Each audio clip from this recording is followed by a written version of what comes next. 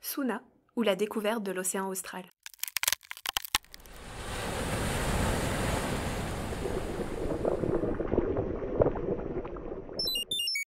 Épisode 3, à la découverte des propriétés physiques de l'océan. 1212. Ici Suna. Ma rencontre avec le satellite Vidette m'avait permis de prendre conscience de mon potentiel. J'étais véritablement équipé pour descendre dans les profondeurs de l'océan austral et en comprendre le fonctionnement. Vidette était pour moi un guide indispensable et elle deviendrait plus tard une véritable amie.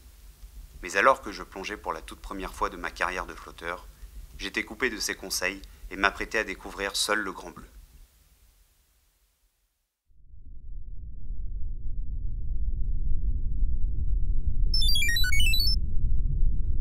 Je viens de me réactiver.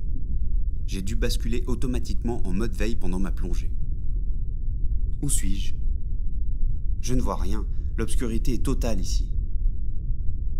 J'ai l'impression de flotter dans le vide. Je vais consulter mon capteur de pression pour connaître la profondeur. Bizarre, je n'ai aucun signal. Ah, je sais. J'ai oublié d'activer ma pompe pour faire passer de l'eau dans mon système. Fais un effort, mon vieux. Ça y est. Je sens que de l'eau traverse mes tuyaux.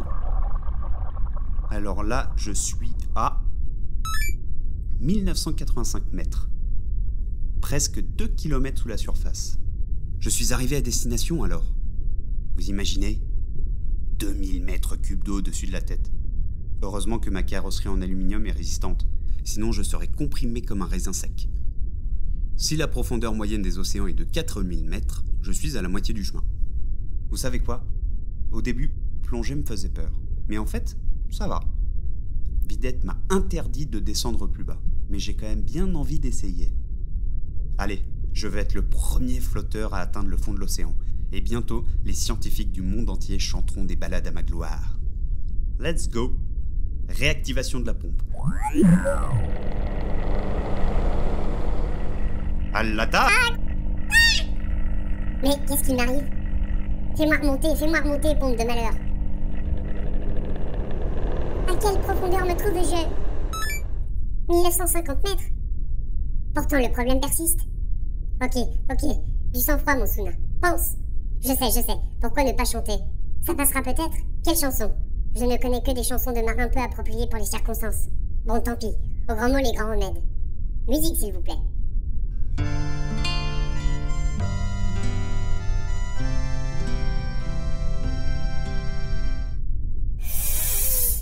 C'est la grosse...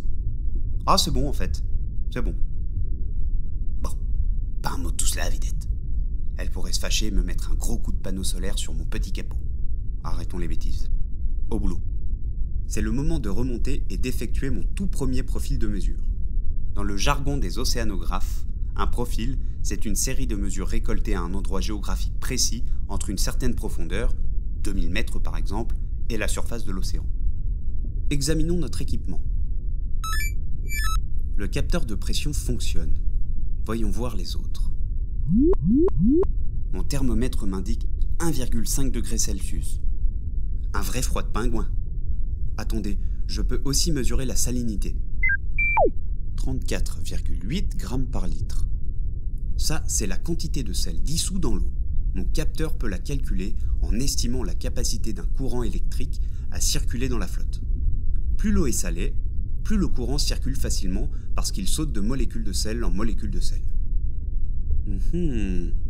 Je me demande pourquoi les océanographes veulent mesurer ces deux paramètres. Ça me revient. Pour calculer la densité. La densité nous donne en quelque sorte le poids de l'eau. Commençons avec la salinité. Notez bien, les molécules de sel dissoutes dans l'eau sont plus lourdes que les molécules d'eau. Donc plus l'eau est salée, plus elle est dense, et donc plus elle est lourde. La température, pour sa part, affecte l'organisation des molécules d'eau. Quand on chauffe l'eau, les molécules s'agitent comme si elles sautillaient dans tous les sens. Elles s'écartent les unes des autres et occupent plus de place. A l'inverse, plus il fait froid, plus les molécules sont calmes et serrées, les unes contre les autres, disciplinées comme une armée de légionnaires romains. L'eau froide est donc plus compacte, plus dense et donc plus lourde que l'eau chaude. En résumé, plus salé ou plus froid, c'est plus lourd. Plus chaud ou moins salé, c'est plus léger. Voyons voir maintenant si ces paramètres évoluent entre 2000 mètres de fond et la surface. Commençons notre ascension. Gonflement du ballon extérieur. Avec une vitesse de remontée de 10 cm/s, je ne vais pas plus vite qu'une fourmi qui escalade un immeuble. Le chemin va être long jusqu'en haut. Cela va me prendre environ 5h30 pour atteindre la surface. Je vais donc m'accorder un petit somme. C'est parti mon kiki.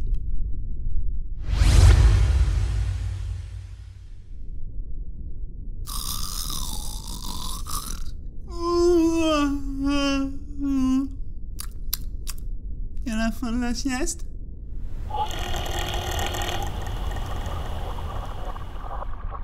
Difficile de dormir avec cette pompe qui s'active tous les mètres pour faire des mesures.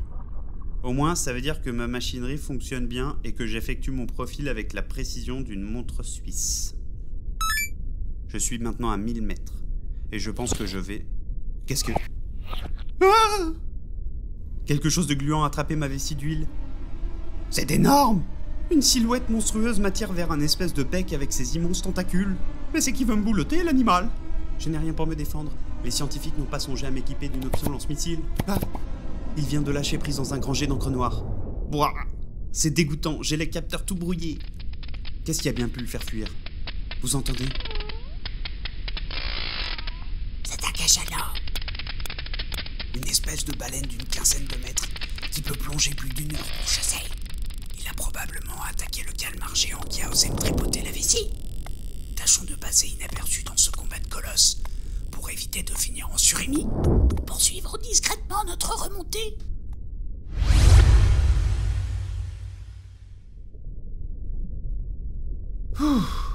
Ok, il semble que je sois tiré d'affaire.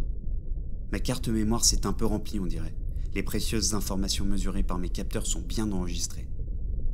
Normalement, je devrais attendre d'être à la surface pour les envoyer à Vidette. Mais j'ai bien envie d'y jeter un petit coup d'œil. Mon capteur de pression indique que nous sommes à 250 mètres, presque revenus à la surface. Tiens, la température est un tantinet plus chaude qu'en bas, 2 degrés Celsius. Et... l'eau est un peu moins salée aussi.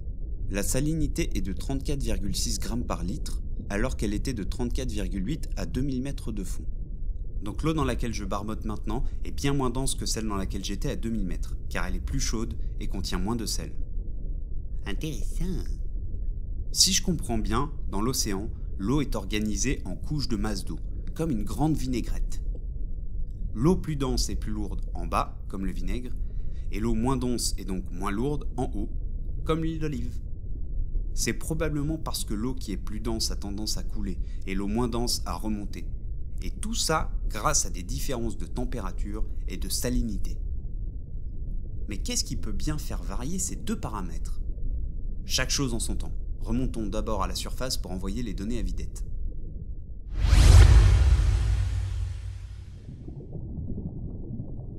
Me revoilà! Mesdames et messieurs, nous espérons que vous avez passé un agréable voyage en notre compagnie. Nous sommes arrivés à destination et nous avons atteint 40 mètres. 40 mètres? Moi qui pensais être arrivé à la surface. Je ne suis pas encore tout à fait au point, on dirait. Vous avez entendu? On dirait des tirs laser d'une bataille stellaire. Voyons voir la température. Ça alors?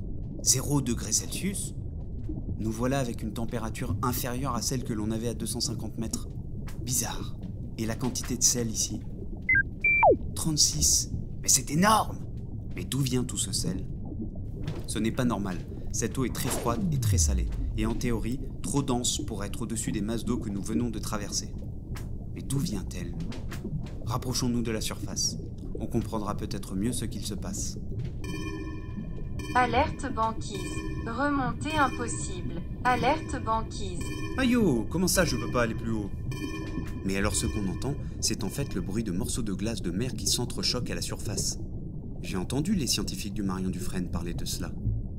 À proximité du continent antarctique, en hiver, de la glace s'étend du continent jusqu'à recouvrir une partie de l'océan. Tout commence avec le froid hivernal et le vent glacial qui crée des petits cristaux d'eau gelée à la surface de l'eau. Au fur et à mesure que l'on avance dans l'hiver, ces cristaux de glace se multiplient comme des champignons, grossissent et finissent par former une nappe de glace épaisse que l'on appelle la banquise. Je comprends pourquoi l'eau est si froide et si salée à 40 mètres de fond. Lorsque la glace se forme, elle expulse les molécules de sel qui tombent dans l'eau qui se trouve juste en dessous. C'est ce qui explique pourquoi l'eau qui est sous la glace est beaucoup plus salée. Cette nouvelle masse d'eau qui vient de se former devrait donc progressivement couler en profondeur car elle est très dense. Le processus doit être assez lent, sinon elle m'aurait emporté avec elle à toute vitesse vers le fond. L'océan est donc affecté par ce qui se passe dans l'atmosphère. Comme en ce moment, les vents froids de l'hiver refroidissent la surface de l'océan et provoquent la formation de la glace. Et puisque les conditions atmosphériques changent avec les saisons, j'en déduis que les masses d'eau doivent être sans cesse en mouvement. Vidette va être sacrément baba quand je lui raconterai tout ça. Mais moi, je suis coincé sous un immense plafond gelé. Je ne suis pas assez résistant pour essayer de briser la glace avec ma caboche. Et je n'ai pas de perceuse. Impossible de communiquer avec Vidette si mon antenne n'est pas hors de l'eau. Allô ? Allô ? Ici Suna. Quelqu'un me reçoit ?